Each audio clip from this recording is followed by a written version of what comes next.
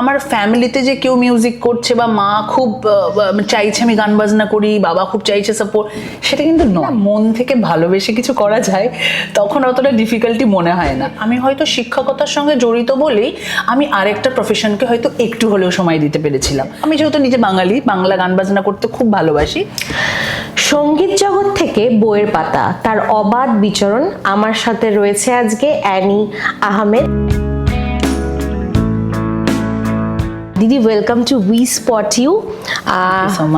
আমি বললাম যে সঙ্গীত জগৎ থেকে বইয়ের পাতা, মানে আমি তো বুঝতেই পেরেছি কেন আমি এই কথাটা বলেছি, তো দর্শকদেরও বোঝাতে হবে।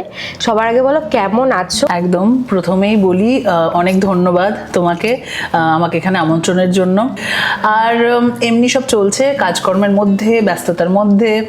কিছু সামনে আমার শোজ আছে, রিহার্সালস এবং পড়াশোনার মধ্যেও সব কিছু নিয়েই এগোচ্ছি।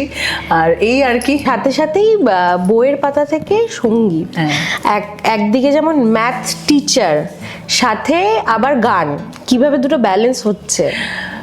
ব্যালেন্স করাটা প্রথম থেকে একটু ডিফিকাল্ট ছিল বলবো। আবার এটাও আমি অ্যাড করব এখানে যে যদি না মন থেকে ভালোবেসে কিছু করা যায় তখন অতটা ডিফিকাল্টি মনে হয় না। তবে এটা একদমই ঠিক যে আমার একটা সময় হয়ে উঠেছিল যে আমি অলমোস্ট 14-15 ঘন্টা কাজ করছি, কারণ একধারে আমি শিক্ষকতার সঙ্গে জড়িত, সেখানে সময় দিতে হচ্ছে। তারপর আবার দেখা যাচ্ছে তার পরের মুহূর্তেই যেটুকু টাইম ফাঁকা থাকছি, মানে স্কুল থেকে আসার পর আমাকে গান বাজনার মধ্যে থাকতে হচ্ছে, রিহার্সালস। এরকমও হয়েছে যে আমি যখন স্কুলে পড়াতাম, I was associated with one CBSE school of Kolkata. তো আমার ছুটি হতো 4টেই, মানে এরকমও হয়েছে আমি 4টেই বাড়ি না ঢুকে ডিরেক্ট রিহার্সালে চলে গেছি, কারণ আমার শোজ আছে কিছু। তো আমি 3-4 ঘন্টা রিহার্সাল করে রাত্রি 10টা-12টায় বাড়ি ঢুকছি, এরকম। মানে আমার মা দেখছি আমি সকাল 7টায় বেরিয়েছি, রাত্রি 12টায় ঢুকছি, মানে এরকমও হয়েছে। আমি আনন্দ করেই করেছি পুরোটা। আমার পড়াতেও যেমন ভালো লাগে, অঙ্কটা আমার খুব পছন্দের একটা সাবজেক্ট, সেরকম আমার গান গাইতেও ভালো লাগে, গান শুনতে তো খুব ভালো লাগে, কম্পোজ করতে ভালো লাগে। তো সেই সবগুলো আমার পছন্দের জিনিস বলে মনে হয় আমি আনন্দ করেই করেছি। কিন্তু সত্যি কথা বলতে অসুবিধাও কখনো কখনো হয়েছে, শরীরের ওপর অনেক এফেক্ট হয়েছে। একটা সময়ে আমি এরকমও হয়েছিল যে এতটা ওভার স্ট্রেসড হয়ে যাচ্ছিলাম যে সারা সকাল থেকে বিকেল স্কুল, দেন তারপরে মিউজিককে সময় দিতে হচ্ছে, হয়তো আমি অসুস্থ হয়ে পড়েছিলাম। এরকমও ঘটেছে কিছু সালে, বিগত কিছু সালে। তো সেই জায়গা থেকে আমি বলবো যে কিছু কিছু সময় সত্যি ডিফিকাল্ট ছিল, আবার কিছু কিছু সময় আমার মনে হতো আমি এনজয় করছি। আরেকটাও আমি কথা এখানে বলবো, আমার নিজের এটা পার্সোনাল ফিলিং যে আমি হয়তো শিক্ষকতার সঙ্গে জড়িত বলেই আমি আরেকটা প্রফেশনকে হয়তো একটু হলেও সময় দিতে পেরেছিলাম। আমি সবসময় বলে থাকি আমি মিউজিক না ভালোবেসে করি, এটাকে আমি প্রফেশন বলতে রাজি ছিলাম না। ছোট থেকেই যেহেতু মিউজিকের সঙ্গে অ্যাসোসিয়েটেড, ছোট থেকে গান শিখছি, ছোট থেকে স্টেজ করছি, ছোট থেকে বিভিন্ন কম্পিটিশানে যাচ্ছি। তো সেই জায়গা থেকে আমি এটা হচ্ছে আমার কাছে ওই রকম মানে ডেইলি কাজকর্মের মধ্যেই পড়তো, পড়াশোনার মতোই একটা। তো আমার সেই জন্য কখনো স্ট্রেস মনে হয়নি এবং আমি সবসময় এটাকে আনন্দ করেই করেছি। মানে খুব কষ্ট হলেও আমার সেই স্ট্রেসটা ফিল হয়নি। কিন্তু একটা সময়ে গিয়ে প্রফেশনালিও আমার বললাম মিউজিককে প্রফেশনালি আমি দেখিনি, কিন্তু দেখলাম একটা সময়ে গিয়ে ক্ল্যাশ হচ্ছিল। দেখা যাচ্ছে যে অনেক শোজ, এবং আমাকে স্কুলেও হয়তো আমাকে ছুটি, জানোই যে একটা চাকরির জায়গায় ছুটি অ্যাপ্লাই করা, সেটা আমি হয়তো করতে পারছি না, সে সময় পরীক্ষা চলছে বা কিছু। তো এইগুলো একটু ডিফিকাল্টি কিছু ফেস হয়েছিল। কিন্তু এখন টাচউড যে একটু কম সেই সমস্যাটা, কারণ ফিজিক্যাল চাকরিটা আমি ছেড়ে দিয়েছি, এখন আমার রিমোট ওয়ার্ক ফ্রম হোম করি। অঙ্ক পড়ানোর সঙ্গে এখনো জড়িত। এখন আমি মোটামুটি সব কারিকুলামকেই পড়াই, মানে বলতে পারো আমার এখন ওয়ার্ল্ড ওয়াইড স্টুডেন্ট। আমি ইউএস কারিকুলাম বেশি পড়াই, কেমব্রিজ, আইবি, ইন্ডিয়ান কারিকুলাম অবশ্যই পড়াই, কিন্তু পুরোটাই আমার না মানে ঘরে বসে ইন্টারনেট ল্যাপটপের সহায়তায়। তো কি হয়, আমি মানে ট্রাভেল করেও আমি এটা করতে পারি, ম্যানেজ করতে পারি। সাথে সাথেই তুমি বলছিলে যে গান রেকর্ডিং করা আর স্টেজ শো, দুটোর মধ্যে বেশ একটা ডিফারেন্স থাকে। যে আমি একটা ইসেতে রেকর্ড করছি আর এত মানুষের মাঝে আমি গান করছি, দুটোর মধ্যে কোনটায় বেশি ভয় লাগে? এটা খুব ভালো প্রশ্ন করলে এবং খুব ইন্টারেস্টিং প্রশ্ন। দুটোর মধ্যে ভয় কোথায় লাগে? প্রথমেই বলবো যে আমি যেহেতু আমার গান বাজনার জার্নিটা মোটামুটি 7-8 বছর শুরু করেছি, ছোট থেকেই করি, আমি বলবো না 7-8 বছর, ইভেন মোর দ্যান দ্যাট। কারণ আমি যখন বহরমপুরে থাকতাম, আমি স্টিল গ্র্যাজুয়েশন পর্যন্ত, মানে born and brought up from till graduation আমার বহরমপুরে। ওখানেও না মানে আমি কি বলবো, আমার ভাগ্যক্রমে বা আমার হয়তো আশেপাশে যারা ছিল তারা মিউজিক্যালি অ্যাসোসিয়েটেড ইনভলভ ছিল বলে আমার হাতে খড়িটা ওখানেই হয়েছে। রেকর্ডিং বলো আর অন স্টেজ বলো, আমার প্রথম শো করি আমি বহরমপুরের রবীন্দ্র সদনে, তখন আমি বোধহয় কলেজে ফার্স্ট ইয়ার। বহরমপুরে যে ব্যান্ডটার সঙ্গে আমি গান বাজনা করতাম সেই ব্যান্ডটার নাম হচ্ছে N10, এবং ওটা খুব বহরমপুরে পপুলার একটা ব্যান্ড ছিল। সেই N10 ব্যান্ডের মেম্বার্সরা না আমার পাড়াতুতো দাদা সবাই, তো ওরা জানতো আমি ছোটবেলা থেকে ক্লাসিক্যাল শিখছি, হারমোনিয়াম নিয়ে প্র্যাকটিস করি রোজ বাড়িতে। তো জানে যে আচ্ছা তুই তো গান করিস, আমার একটা ফিমেল ভোকাল দরকার, তুই আমাদের সঙ্গে একটা শো কর। তো জাস্ট এরকম মজাই মজায় আমরা হ্যাঁ হ্যাঁ করবো চলো। তো আমার মনে হয় ফার্স্ট আমি ড্রাম, গিটার, বেস, কিবোর্ড, মানে এই যে ওয়েস্টার্ন মিউজিক ইনস্ট্রুমেন্টের সঙ্গে আমার প্রথম হাতে খড়ি ওদের সঙ্গে, মানে পাড়া থেকে হাতে খড়ি, একদমই তাই। তারপর আমার ইন্টারেস্ট জাগলো তখন গ্র্যাজুয়েশনের ফার্স্ট কি সেকেন্ড ইয়ার, যে আমি গিটার শিখবো। শুরু করলাম আমার ওই ব্যান্ডেরই দাদার কাছে গিটার শিখতে। কিংদা নাম, কিংদা এখন কলকাতায় থাকে, কাজ করছে অনেক ভালো ভালো। তো কিংদার কাছে আমি গিটার শিখতে শুরু করি।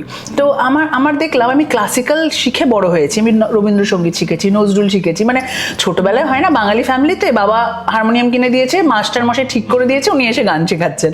তো ওইগুলো করতে করতে হঠাৎ করে আমার ওয়েস্টার্ন মিউজিকটাই বেশি আমাকে অ্যাট্রাক্ট করে ফেললো। আর না, আমি করলে এই মিউজিকটাই করবো, আমার এই ব্যান্ডের সঙ্গে গান গাইতে ভালো লাগছে। বাড়ির আপত্তি ছিল? বাড়ির আপত্তি ছিল, ও খুব ভালো প্রশ্ন এটা। বাড়ির আপত্তি আমার খুব একটা সেই সময় ছিল না। কেন বলি, আমার বাবা ওয়াজ এ মিউজিশিয়ান। তো এটা আমি একটু বলবো যে আমার একটু রক্তেই ইনহেরিট করেছি আমি বাবার থেকে। আমার বাবার কলেজ লাইফে ওয়াজ আ সুপারব গিটারিস্ট। বাবা কলকাতায় শিখতে আসতেন, তখন বাবা কলকাতা থেকে মাস্টার্স করেছিলেন, এবং আমার বাবাও অঙ্কে, আমিও অঙ্কে, মানে পুরোটা বাবার কাছ থেকেই পাওয়া। তো বাবা যখন কলকাতায় মাস্টার্স করছিলেন, আমি এই মুহূর্তে মনে করতে পারছি না সুনীল গাঙ্গুলি বা কি নাম ছিল ওনার গুরুজি, আমার বাবা না কি বলবো, গিটারটাকে বলে electric guitar, but it's like কি বলবো, এই হাতে বাজানো হাওয়াইন গিটার আমরা বলি, বাট ওটা একটা অন্য ফর্ম অফ গিটার। তো আমার বাবাকে দেখেছি, আমার ছোটবেলা থেকে না আমার বাড়িতে প্রচুর মিউজিক ইনস্ট্রুমেন্ট ছোট থেকে দেখে বড় হয়েছি। বাবার এত বড় বড় সব ডায়েরি ছিল, এই নোটেশন লেখা।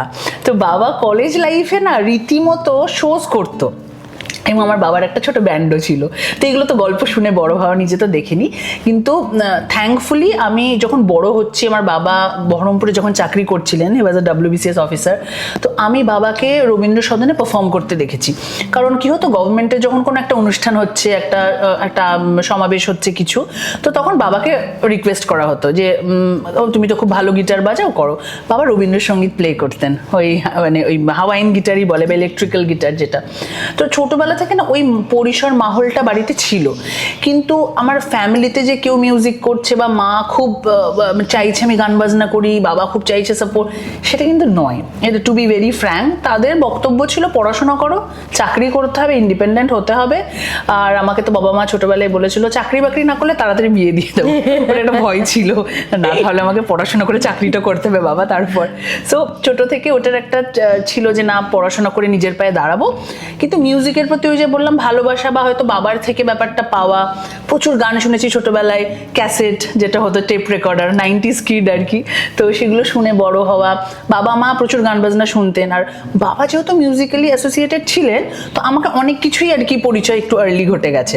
আর বহরমপুরে না আমি ক্লাসিক্যাল শিখতাম, আমার গুরুমা ছিলেন শ্রীমতী সুমিতা ঘোষাল, ওনার কাছে, তার আগে ছিলেন শ্যামল লাহিড়ী। সুমিতা ঘোষাল কাকিমার কাছে আমি যখন শিখতাম, সপ্তক বলে একটা স্কুল ছিল, প্রত্যেক সানডেতে বসতো, একটা স্কুলেই হতো ওই স্কুলটা, মানে একটা স্কুলের মধ্যেই মিউজিক স্কুলটা ছিল।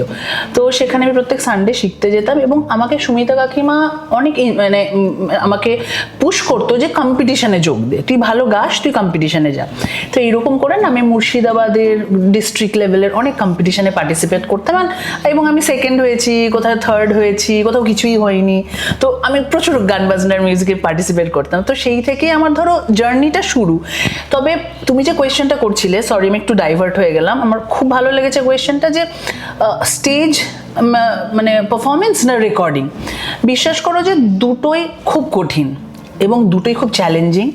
আমি যখন ছোটবেলা থেকে বললাম না যে আমার হাতে খড়িটা যেহেতু অনেক আগে হয়েছে, অতএব কলকাতায় এসে যখন আমি ফিভার 104 FM এর টিকিট টু টলিউড জিতি, সিজন 1-এর উইনার হই আমি, জিৎ গাঙ্গুলি স্যার তখন ওই সিজনের জাজ ছিলেন এবং অনেকেই ছিলেন, দেব এসেছিলেন একটা সিজনের, কারণ রেডিওতে তার মুখ দেখানো না, ওনারা এসে শুনে জাজমেন্ট দিয়ে চলে যেতেন। তো আমার মনে আছে 2014 কি 15 সালে আমি যখন ওটা জিতি, তখন আমি কি হয় কলকাতা থেকে প্রচুর চ্যানেল, ইউটিউব সবে এসেছে কলকাতায় 2014-15, তো ইউটিউব চ্যানেল আমাকে অ্যাপ্রোচ করে, আপনি আমাদের সঙ্গে কাজ করুন। আচ্ছা, আমাকে অনেক ব্যান্ড মেম্বার্সরা অ্যাপ্রোচ করে যে আমাদের সঙ্গে কাজ করো, আমরা শোজ করব, because I was the winner of one contest, তো পরিচিতিটা বাড়ছে আমার। তখন না মানে যদি তুমি বলো যে স্টেজ করতে ভয় লাগতো বা রেকর্ডিং, আমার কিন্তু ডেফিনেটলি ভয় লেগেছে। সে কি একটা ব্যাপার যে আমার মনে হয় দুটোই কঠিন, এত হাজার লোকজনের সামনে দাঁড়িয়ে কনফিডেন্টলি গান করা এবং একটা কাঁচের ঘরের মধ্যে কানে ওই হেডফোন দিয়ে, দুটোই কিন্তু খুব কঠিন। Unless until you are having the experience, দেখবে যে কোনো জায়গায় এক্সপিরিয়েন্স থাকলেই না তুমি সড়গড় হয়ে যাবে। তো তুমি যদি জিজ্ঞেস করো যে তোমার প্রথম দিনে, হ্যাঁ আমার ডিফিকাল্টি হয়েছে। প্রথম দিন যেদিন স্টেজ শো করলে কি গান করেছিলে মনে আছে? খুব ভালো প্রশ্ন। প্রথম দিন মনে আছে, প্রথম স্টেজ শো আমার বহরমপুরে ছিল, বললাম N10 ব্যান্ডের সঙ্গে, এবং ওটা ছিল একটা কলেজের ফেস্ট। সেই ফেস্টে আমাদের আমন্ত্রণ করা হয়েছিল। হ্যাঁ মনে আছে, আর এমনি মুখে শুনবো না, 2 লাইন তুমি একটু শোনাও দেখি। Okay sure. জাগরণে যাইবে ভাবরে, আখি হতে ঘুম নীল হরি, কে নীল হরি, মরি মরি জাগরণে যাইবে ভাবরে। মানে মনে আছে এখনো, বলো।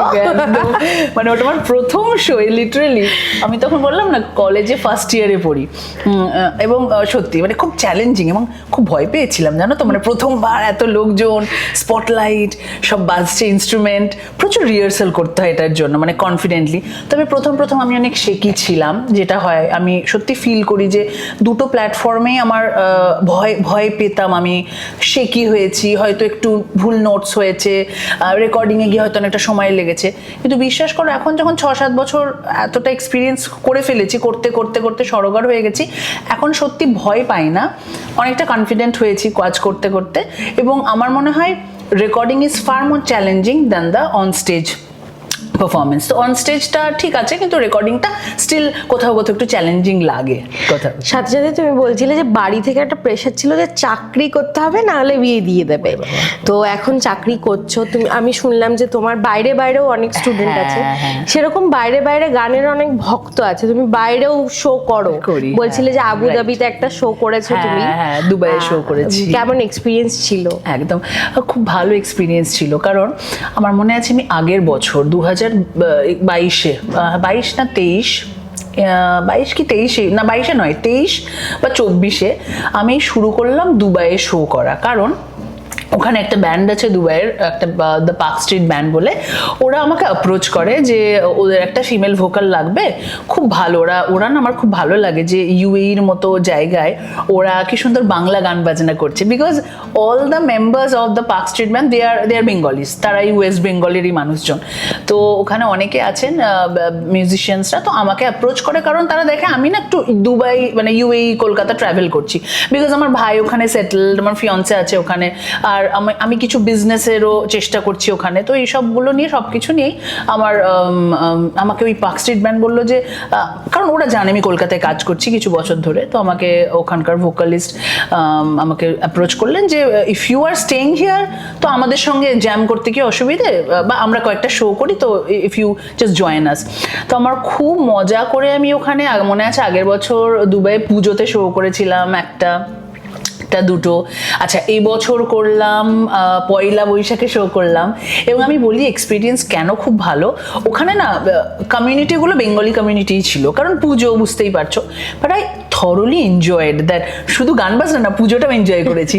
কি সুন্দর না ওদের ওখানে বিদেশের পুজোগুলো যেমন হয়, ধরো একটা হোটেল ওরা বুক করে, সেটার একটা বড় হল ঘর থাকে, সেখানেই ঠাকুর, সেখানেই সব পুজো আর্চা, সেখানেই সাইডে স্টেজ করে প্রোগ্রাম, তো একটা অন্য ধরনের এক্সপিরিয়েন্স। তো আমি খুব মজা করেছিলাম, thanks to the Park street band আমাকে ইনভাইট করার জন্য, এবং খুব মজা করে দুটো শো করেছি। আচ্ছা, আরেকটা শো করলাম বোধহয় কার্তিক দাস সঙ্গে, কার্তিক দাস বাউল এসেছিলেন এই বছরই তো, হ্যাঁ এই বছর কি তার আগের বছর পয়লা বৈশাখে, যেখানে কার্তিক দাকেও পার্ক স্ট্রিট ব্যান্ড রিকোয়েস্ট করে, ফিচার করে, এবং আমিও অ্যাজ এ ফিমেল ভোকালিস্ট ওখানে গাই। তো আমি যখন ওখানে থাকি বা যখন টাইম পারমিটস হয়, মানে সময় যখন সুযোগ হয় যে আমি ফ্রি আছি, আমি ওখানে কাজ করতে গেছি, তখন হয়তো আমি ওখানে কিছু শোজ করছি। এই বছর আমি এই রিসেন্টলি আমি ফিরলাম ইউএই থেকে, আবুধাবিতে ছিলাম। তো ওখানে বাংলাদেশের অ্যাম্বাসেডার্স অ্যান্ড রেসপেক্টেড সব কি বলবো, মানে ওখানকার সব বাংলাদেশের সব মানে স্টলওয়ার্ডরা, অ্যাম্বাসির লোকজন যা হয়, গভর্নমেন্টের লোকজনরা সব এসেছিলেন। ওখানের ইভেন্টটা ছিল Bengali engineers and architects association. যত বাঙালি ইঞ্জিনিয়ার্স আর্কিটেক্ট আছে যারা ইউনাইটেড আরব এমিরেটসে কাজ করছে বহুত বছর ধরে, তাদের একটা সমারোহ, একটা গ্যাদারিং। তো ওখানে আমাকে অবশ্যই আমন্ত্রণ করা হয়, আমি যাই। আমি ওখানে যে গানটা গাই, আমি বাংলায় গান গাই, তো ওটা শুনে সবাই খুব অভিভূত হয়েছিলেন, কারণ আমরা বাঙালি। কেমন গানের রিকোয়েস্ট থাকে বাংলায়, মানে যেহেতু বাংলা গান শোনে তারা, কেমন গানের রিকোয়েস্ট থাকে? গানের রিকোয়েস্ট না, বাংলা গান বাজনারই বেশি থাকে, কারণ আমি ওখানে গিয়ে আমার সব থেকে ভালো লেগেছে, আমি যেহেতু নিজে বাঙালি, বাংলা গান বাজনা করতে খুব ভালোবাসি, ওখানেও আমাকে বলা হলো যে বাংলা গানই বেশি করতে হবে। আমি খুব খুশি হয়েছিলাম শুনে, কারণ কি হয়, বিং অ্যান আর্টিস্ট, আমি না চেষ্টা করি সব ধরনের ক্রাউডকেই কেটার করতে। আমি ইংলিশ গান বাজনাও করি, আমি হিন্দি গানও গাই, আবার বাংলা গানও গাই, আবার জনরাই ধরো আমি রক গাই, পপ গাই, আবার ফোকও গাইছি। তো ওখানে আমার ভালো লেগেছিল যে আমাকে বলা হয়েছিল বাংলা গান বাজনা বেশি হবে। বাংলা গানের মধ্যে ফোক, আধুনিক, একটু রেট্রো, হ্যাঁ এই গানগুলোই বেশি।